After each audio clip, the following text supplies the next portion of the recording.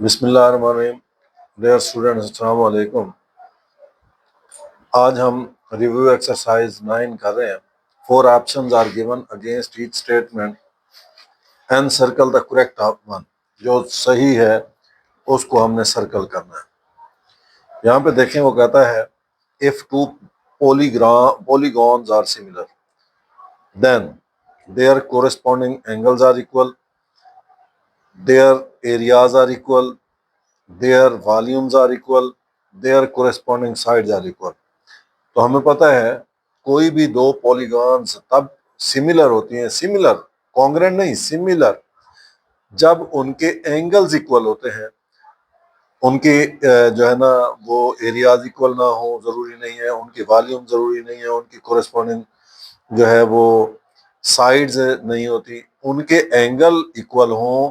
लिहाजा option A will be the correct option. इसी तरीके से हम सेकंड की बात करते हैं, the ratio of the areas of two similar polygons. तो अगर दो सिमिलर पॉलीगॉन्स हों तो उनके जो एरियाज के दरमियान रेशियो होती है, यानी A1/A2 is equal to L1/L2 का स्क्वायर होता है। L1 क्या है? लेंथ साइड है।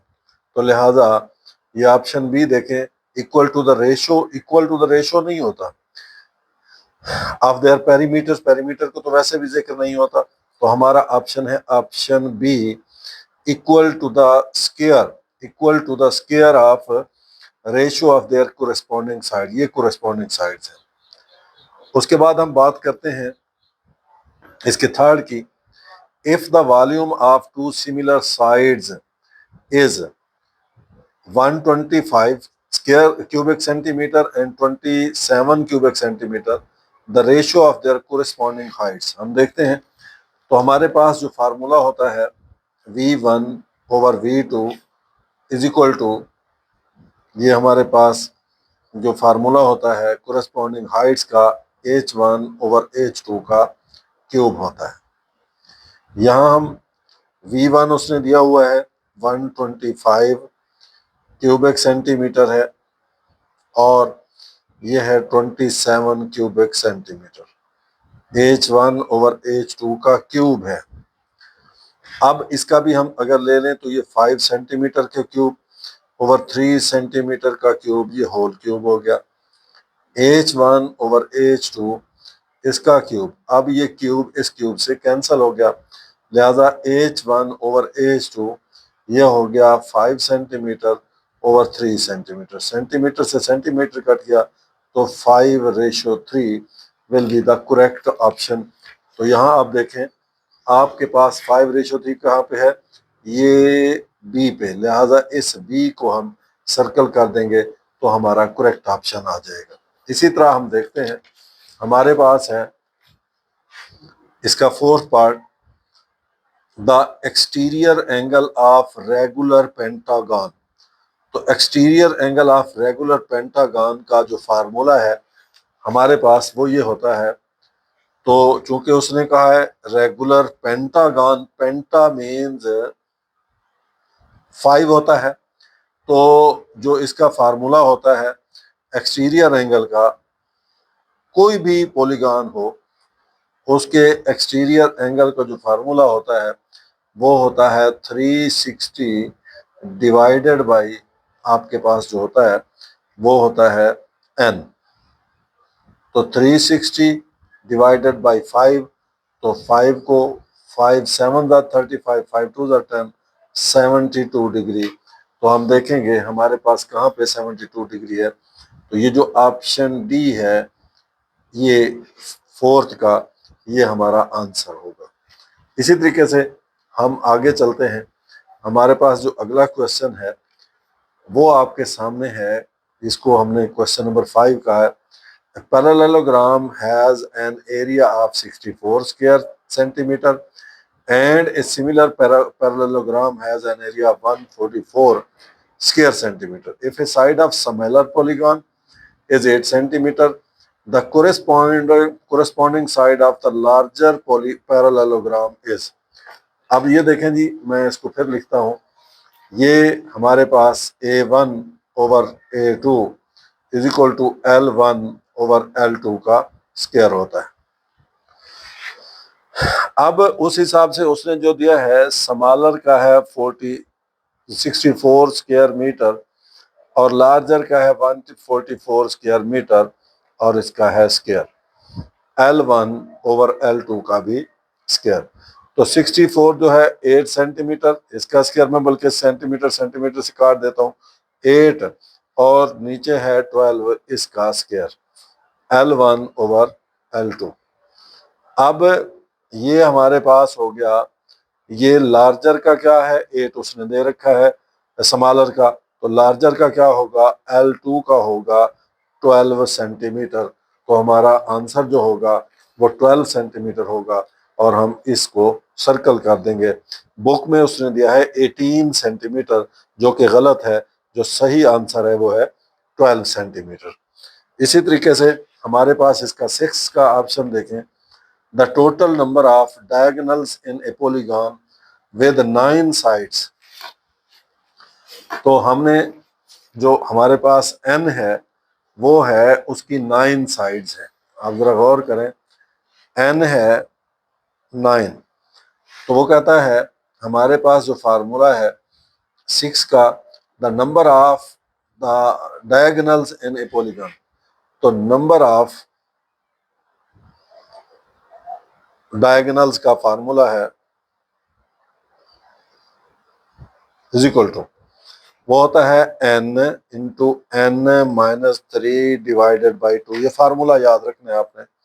n है 9, 9 माइनस 3 डिवाइडेड बाई 2, तो 9 इंटू 6 डिवाइडेड बाई 2, 2 3 आर 6, तो 9 3 आर 27। तो डायगोनल्स की तादाद कितनी होगी 27। तो हमारे पास जो ऑप्शन है वो ये है, option D will be the correct option. ये हमारा करेक्ट ऑप्शन होगा। इसके बाद 7 को देखते हैं, टू स्फेयर्स आर सिमिलर, दो स्फेयर एक दूसरे के सिमिलर हैं, एंड देयर रेडियाई आर 4:5 और उनके रेडियाई के दरमियान जो रेशियो है वो है 4:5, यानी R1:R2 इज इक्वल टू 4:5। हम लिख सकते हैं R1 over R2 is equal to 4/5। अब वो कह रहा है कि the surface area of the larger sphere, तो आप जानते हैं ये जो 5 वाला है ये लार्जर है, तो इसका जो surface area A1 over A2 is equal to R1 over R2 का स्क्वायर होता है। यह हमें फार्मूले का पता है। तो A1 है स्मॉलर का एरिया और A2 है लार्जर का एरिया। तो स्मॉलर का एरिया तो हमने फाइंड करना है और लार्जर का एरिया है 500 pi square centimetre is equal to R1 over R2 4/5 square.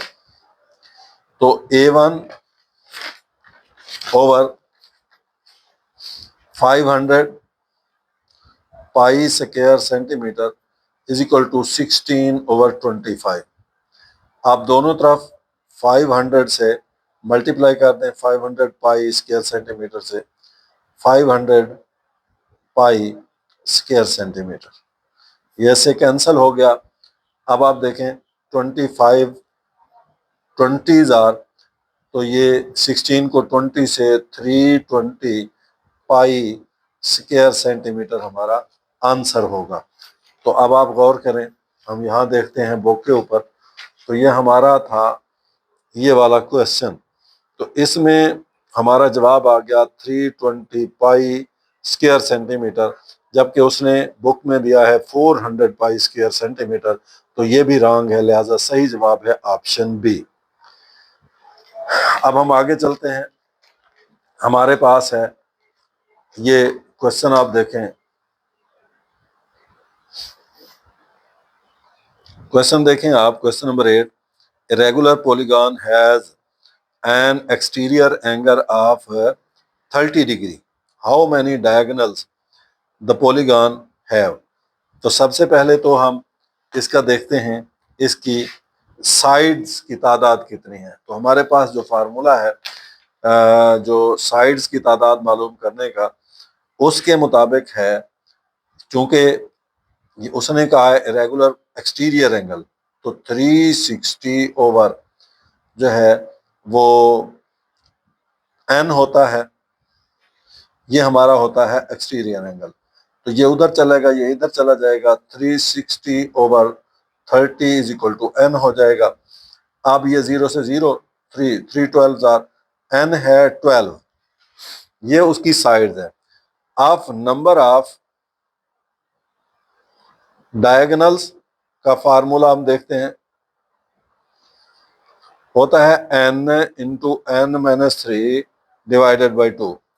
तो n आया है 12, 12 माइनस 3 डिवाइडेड बाई 2, तो 2 6 और 12, 6 बच गया, 12 में से 3 गए 9, तो 6 9 आर 54। तो इसका मतलब है जो डायगोनल्स की जो तादाद होगी वो 54 होगी। तो option A will be the correct option. इसी तरीके से आप इसका लास्ट पार्ट 9th पार्ट देखें, वो कहता है in a regular hexagon the ratio of the length of diagonal to the side length, वो हमारा आंसर होता है 2:1 होता है इसमें, ये 2:1। ये ख्याल ये करना है, बाज़ आप जब MCQs हल करने बैठते हैं बस 2:1 आया तो आप उसको टिक कर देते हैं या सर्कल कर देते हैं, ऐसा नहीं होता। आपने देखा है कि ratio of diagonal to the side है, फिर है 2:1। अगर वो कहता है साइड टू द डायगोनल, फिर होगा 1:2। ये आपने ख्याल करना है। इसी का अब लास्ट पार्ट अब देखें, irregular polygon has an interior angle 165 degree, how many sides does it have. तो इसकी टोटल साइड्स कितनी होंगी? तो सबसे पहले तो हम देखेंगे कि इसका जो है साइड्स कैसे मालूम कर सकते हैं। तो हमें पता है, तो exterior angle plus interior angle ये 180 होता है। ये किसी भी वो जो है ना पॉलीगॉन में, तो उसने क्या कहा है, उसने कहा है जी जो उसका इंटीरियर एंगल है वो है 165। तो हमने एक्सटीरियर फाइंड करना है 180, तो ये उधर चला जाएगा 180 माइनस 165, तो ये हो जाएगा 15 डिग्री। ये उसका एक्सटीरियर एंगल है। अब हमने इसके सबसे पहले, तो उसने पूछा क्या how many sides does it have, तो हमारे पास जो फार्मूला होता है, तो जो एक्सटीरियर एंगल का फार्मूला है होता है 360 मल्टीप्लाई बाई एन। अब एक्सटीरियर एंगल है 15, 360 multiply by n, cross multiply करते हैं, तो 3 ये एन हो गया 360 ओवर 15, 15 2 जार 30, 15 4 जार, तो 24। तो हमारा जो ऑप्शन होगा, जो सही जवाब है हमारा, वो हमारा ऑप्शन है ऑप्शन डी, जो कि करेक्ट ऑप्शन होगा। तो हम इसको सर्कल कर देंगे। ये हमारे MCQs मुकम्मल हो गए। सेकंड क्वेश्चन को आप देखें, वो कहता है, ये आपके सामने, if the sum of interior angles of a polygon, if the sum of interior angles of a polygon is 1080 degree, how many sides does the polygon have? यानी पॉलीगॉन की साइड्स कितनी होंगी? तो हमारे पास जो फार्मूला है, sum of interior angles is equal to n minus 2 multiply by 180 होता है। अब हम देखते हैं, तो सम ऑफ साइड्स उसने दे रखा है 1080, n माइनस 2 मल्टीप्लाई बाई 180, दोनों तरफ आप 180 पे डिवाइड कर दें। जब 180 पे डिवाइड किया, इधर भी और इधर भी, ये तो 180 से 180 कट गया, 0 से 0 कट गया, 18 1 जार 18, 18 6 are 6 into n, 6 is equal to n minus 2, तो n minus 2 is equal to 6 आ गया। Then n is equal to 6 plus 2, 8 sides होंगी इसकी, यानी ये ऑक्टागोन है, 8 साइड्स इसकी होंगी जो कि उसने हमसे पूछा है।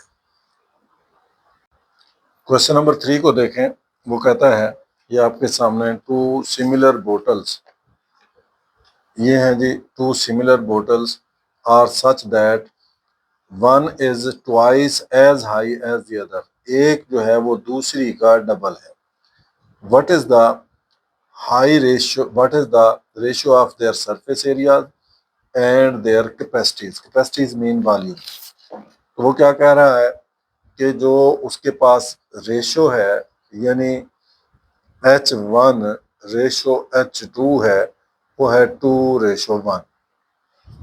वो क्या पूछ रहा है, एक तो A1 रेशो A2 पूछ रहा है, दूसरा V1 रेशो V2 पूछ रहा है। हमें पता है A1 रेशो A2 जो होता है वो होता है H1 रेशो H2 का स्क्वायर होता है, यानी कि A1 over A2 is equal to H1 over H2 का स्क्वायर। अब हमने लिखा हुआ है A1 over A2 is equal to 2/1, क्योंकि H2 रेशो H1 जो है, H1 रेशो जो H2 है वो है 2:1, तो इसका स्क्वायर ले लें, दैट विल बी 4/1, 4:1। ये पहले का जवाब आ गया।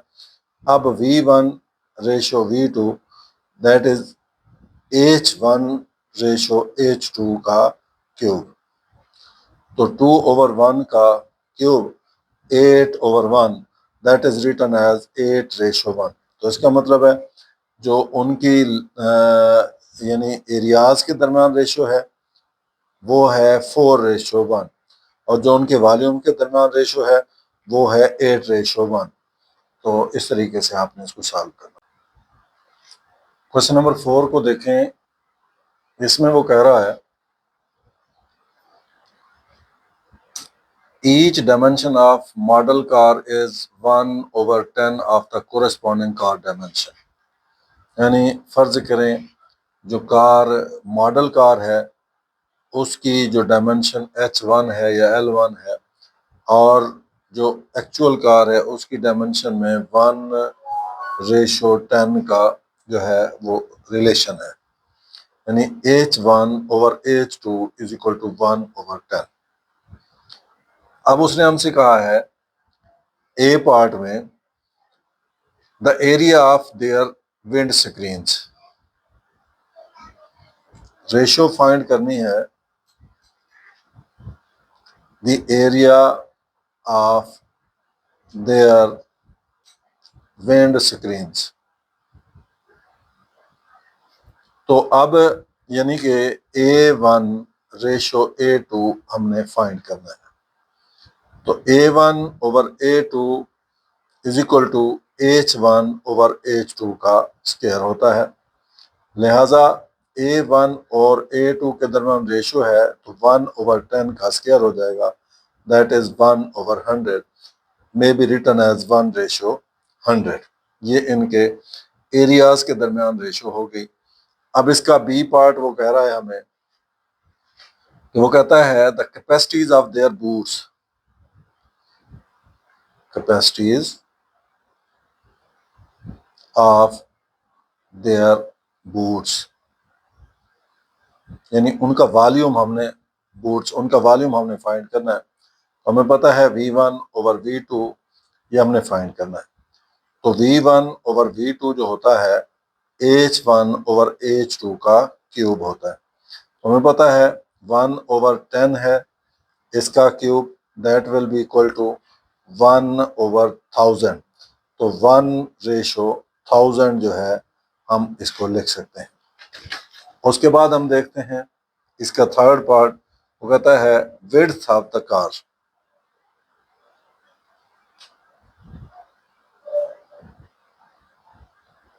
तो हमें पता है जो डायमेंशन है और विड्थ का जो ताल्लुक है वो आपस में इक्वल होता है। विड्थ तो W1 over W2 1/10, so W1 ratio W2 will be 1:10। अब आपके पास इसका D है, वो कहता है the number of wheels they have तो the number of wheels,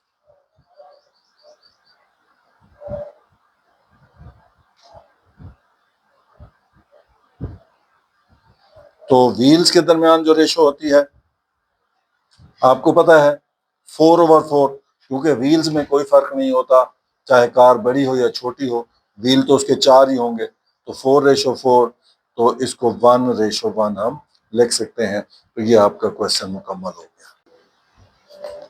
question number 5 में देखें आप, उसने कहा है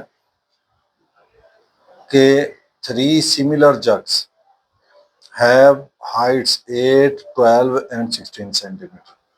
If the smallest jug holds 1/2 liter, find the capacities of other 2 liters. अब हम तीनों की हाइट्स लिख लेते हैं। फर्ज करें H1 है वो 8 सेंटीमीटर जो उसने दे रखा है, H2 है 12 सेंटीमीटर ये भी उसने दे रखा है, और H3 जो है वो है 16 सेंटीमीटर ये भी उसने दे रखा है। फर्स्ट ऑफ ऑल जो ए पार्ट है उसमें उसने पूछा है find the capacities of if the smaller jug holds volume V1 है 1/2 लीटर्स। तो इसको मैं लिख सकता हूं 0.5 लीटर्स। मैंने V2 फाइंड करना है और V3 फाइंड करना है।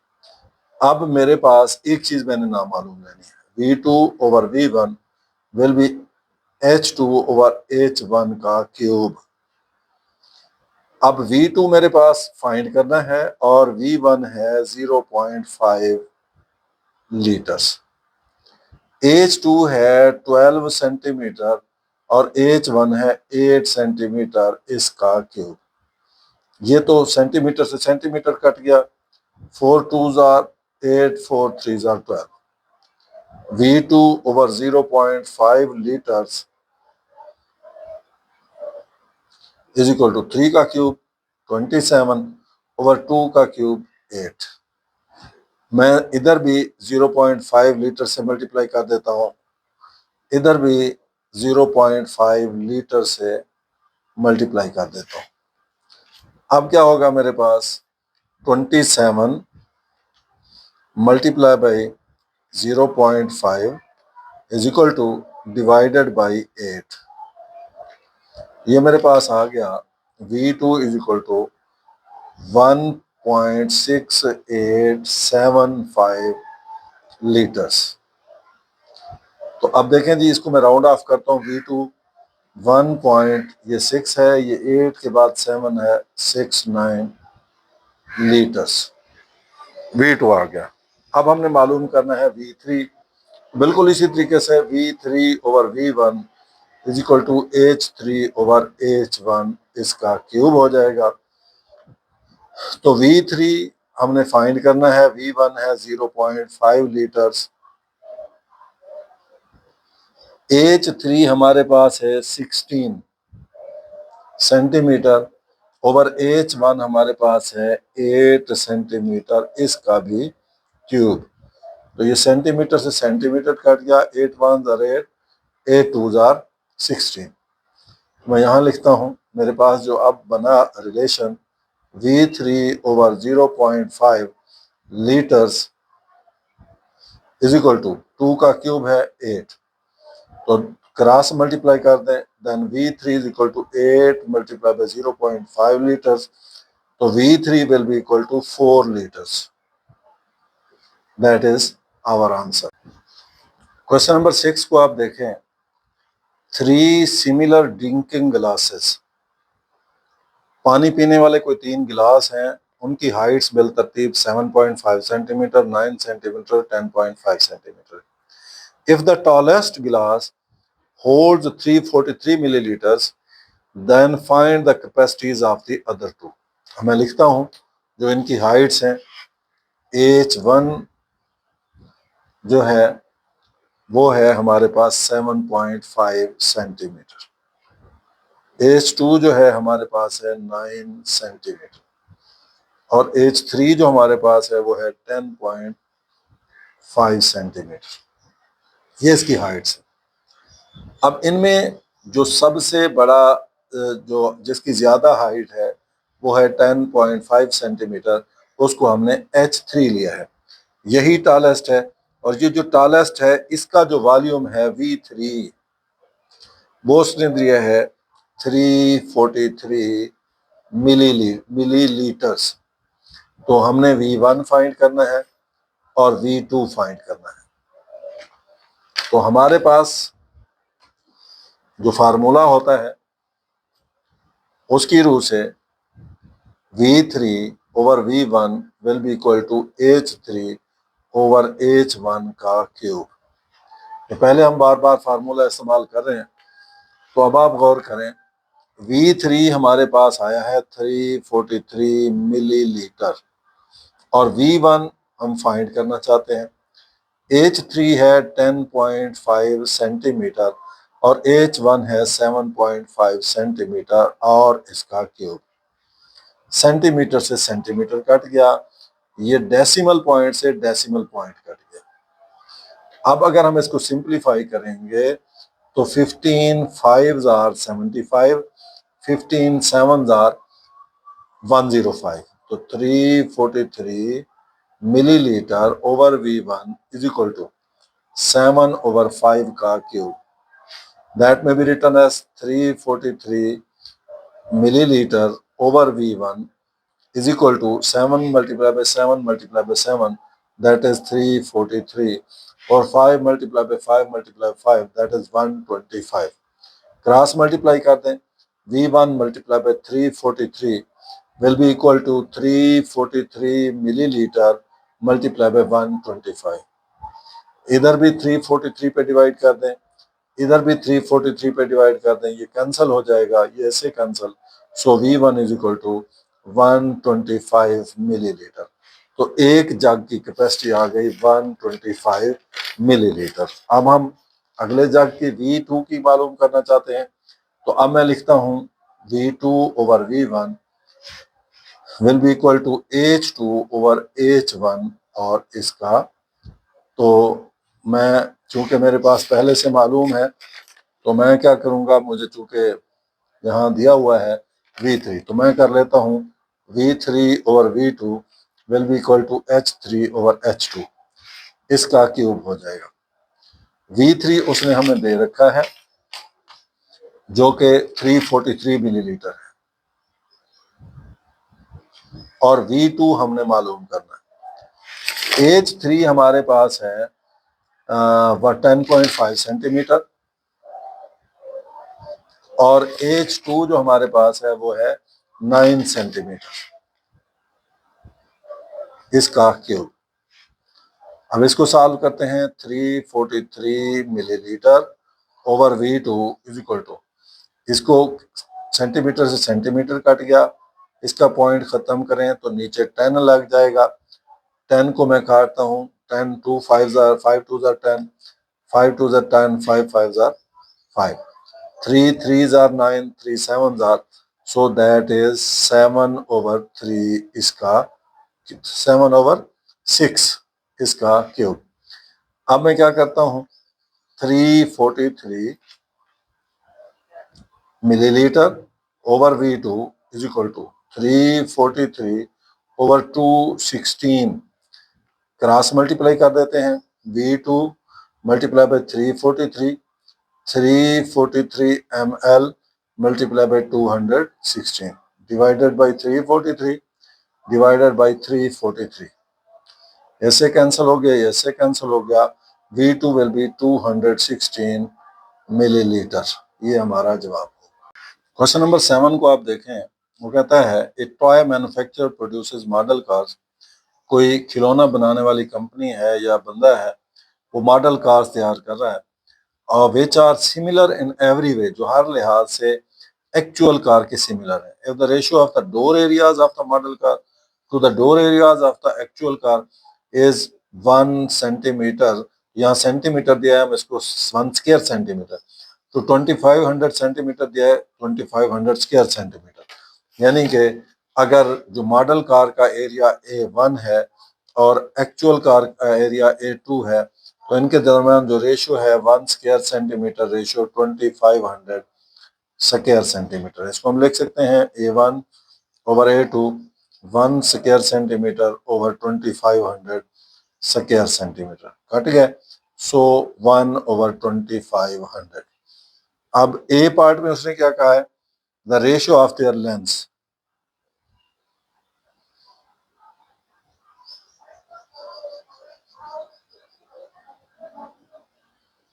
यानी हमने L1 ओवर L2 फाइंड करना है। तो हमें पता है जो एरियाज और लेंथ के दरमियान जो रेशियो होती है L1 ओवर L2 इसका स्क्वायर होता है।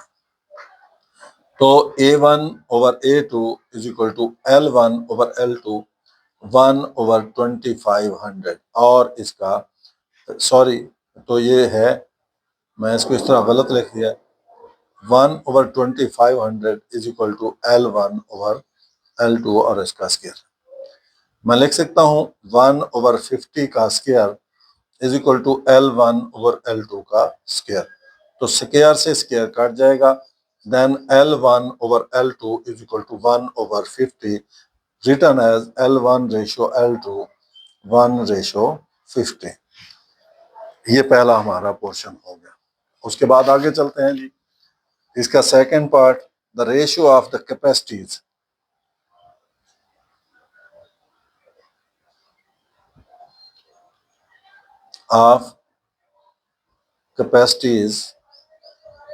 Of petrol tank.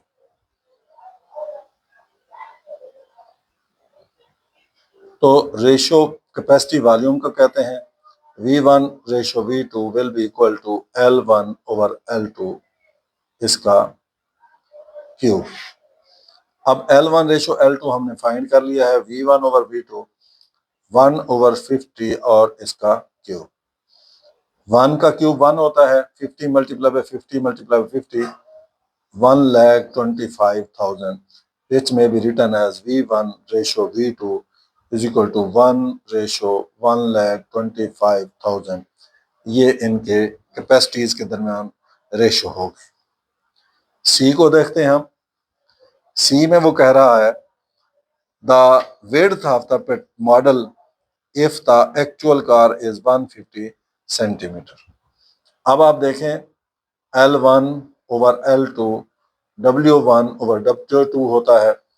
अब L1 क्या था हमारे पास, अब L1 है 1 और 50 की जगह पे अब हमारे पास है, यानी कि इसको यूं समझ ले 150 सेंटीमीटर।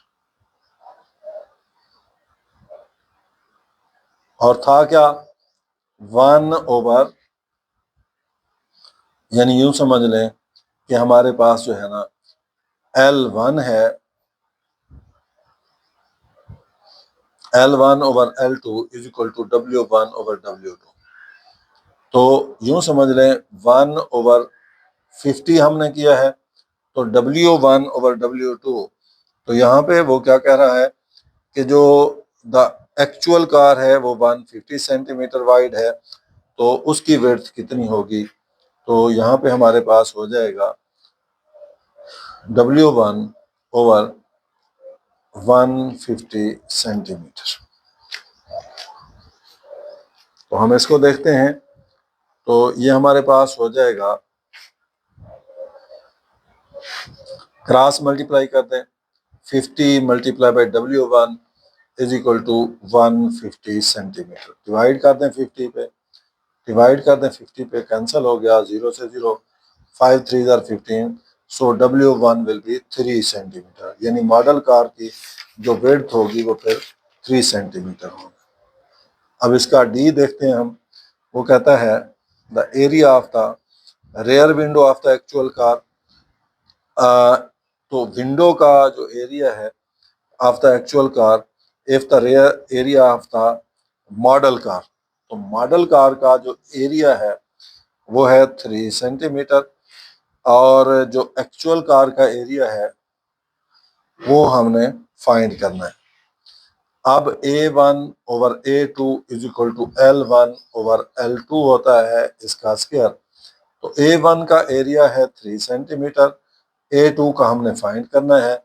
तो अब L1 ओवर L2, तो L1 ओवर L2 है 150 और इसका स्क्वायर।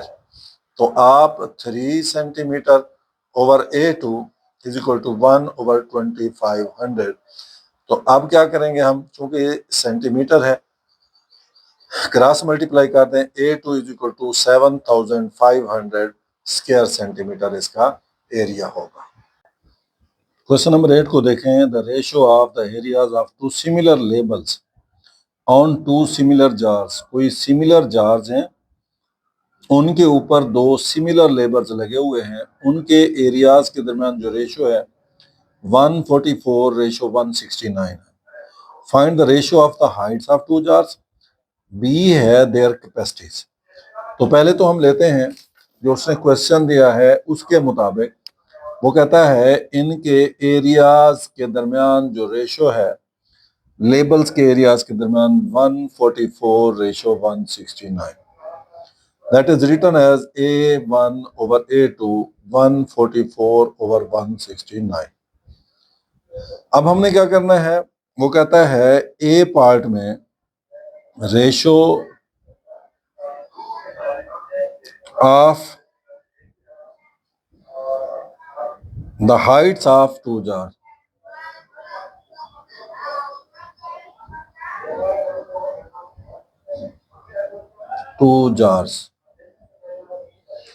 तो अब हाइट्स H1 है और H2 है, इन दोनों के दरमियान रेशो फाइंड करनी है। हमारे पास एरियाज और हाइट्स के दरमियान जो फार्मूला है is equal to H1 over H2 whole square होता है। अब हम इसको फाइंड करते हैं। 144 ओवर 169 H1 ओवर H2 इसका स्क्वायर। अब 144 12 का स्क्वायर होता है और 169 13 का स्क्वायर, तो ये whole square H1 over H2 इसका स्क्वायर। स्क्वायर दोनों तरफ खत्म करना है, आप स्क्वायर रूट ले लें, इधर भी स्क्वायर रूट ले लें, ये स्क्वायर और स्क्वायर रूट कट गया, ये स्क्वायर और square root. 12 over 13 H1 over H2। So H1 ratio H2 जो हमारे पास आ गया है वो 12 रेशो 13 आ गया। अब इसका हमने मालूम करना है B part. B part ratio of capacities. हम जानते हैं कैपेसिटीज वॉल्यूम को कहते हैं, यानी V1 रेशो V2 हमने फाइंड करना। हमें वॉल्यूम और हाइट्स के दरमियान रेशो का पता है, H1 ओवर H2 इसका क्यूब होता है। तो V1 हमारे पास है, फाइंड करना है हमने, और V2 भी फाइंड करना है। इनके दरमियान रेशो H1 रेशो H2 आया है 12 रेशो 13 और इसका क्यूब। V1 ओवर V2 12 का क्यूब फाइंड करेंगे, तो 12 multiply by 12 is equal to 1728 divided by 13 का cube multiply by 13 multiply by 13 is equal to, ये आ गया 2197। तो इसको रेशो में अगर लिखें, V1 ratio V2 is equal to 1728 ratio 2197। This will be our answer. Question number 9 को देखें। Tessellation of tiles on a floor has been made using a repeating pattern of a regular hexagon. एक regular hexagon है। अब जानते हैं regular hexagon वो होती है जिसकी 6 की 6 साइड, क्योंकि हेक्सागन जो है वो 6 साइड वाली पॉलीगॉन होती है, और जिसकी चारों साइड इक्वल हो, 6 की 6 साइड इक्वल हो। तो 6 स्क्वायर्स हैं और 6 इक्विलेटरल ट्राइंगल्स हैं। Find the total area of the single pattern with side length of 1/2 metre of each polygon.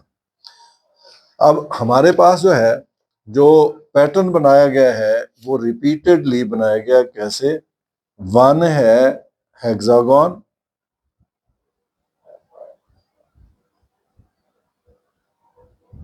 Plus 6 equilateral triangles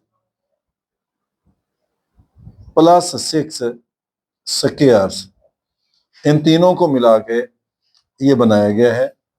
जबकि ईच साइड जो है उसकी जो लेंथ है वो है 1/2 मीटर्स, जिसको मैं लिख सकता हूं 0.5 मीटर्स।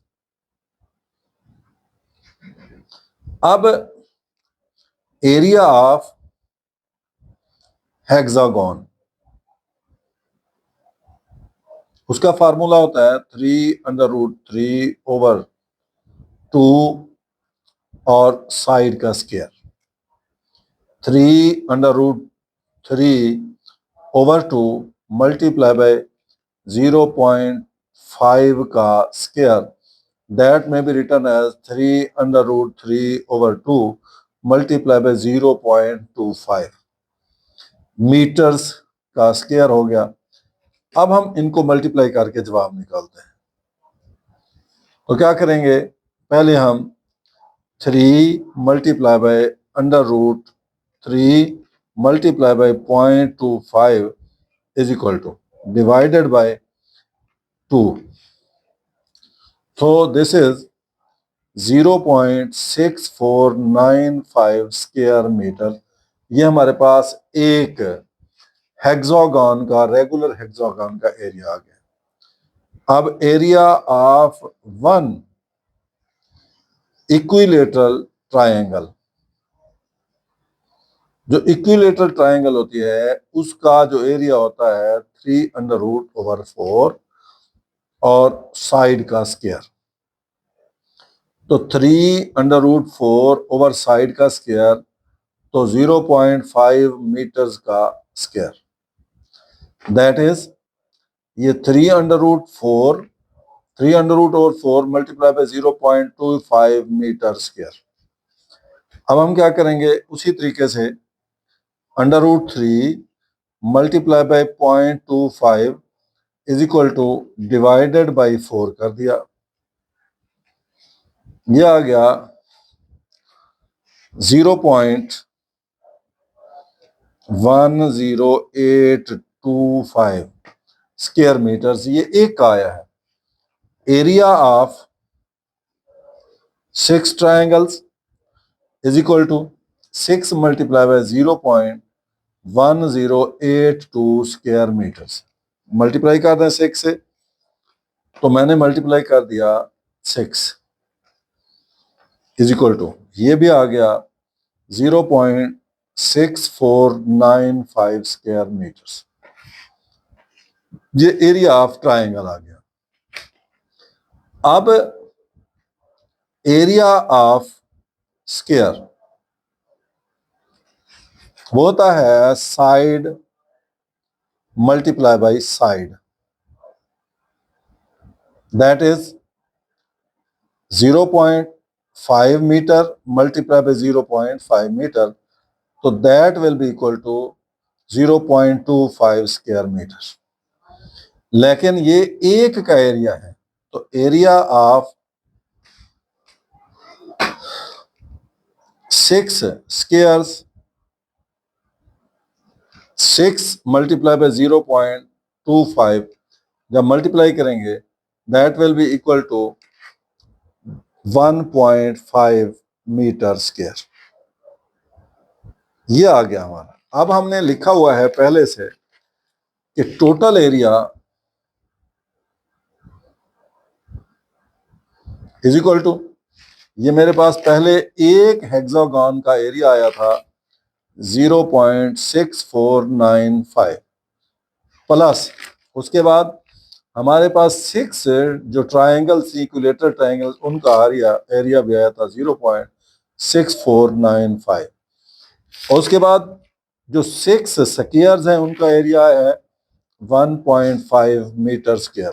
हम इन तीनों को ऐड कर देंगे तो हमारे पास आंसर आ गया 0.6495 plus 0.6495 plus 1.5 is equal to, तो ये आ गया हमारे पास 2.6 2.799 square meters, that is written as 2.8 square meter। Book में जो आंसर दिया हुआ है वो गलत दिया हुआ है। तो ये एक्सरसाइज मुकम्मल हुई। मेरे चैनल को लाजमी लाइक करें, सब्सक्राइब करें, शेयर करें। Thank you. अस्सलाम वालेकुम।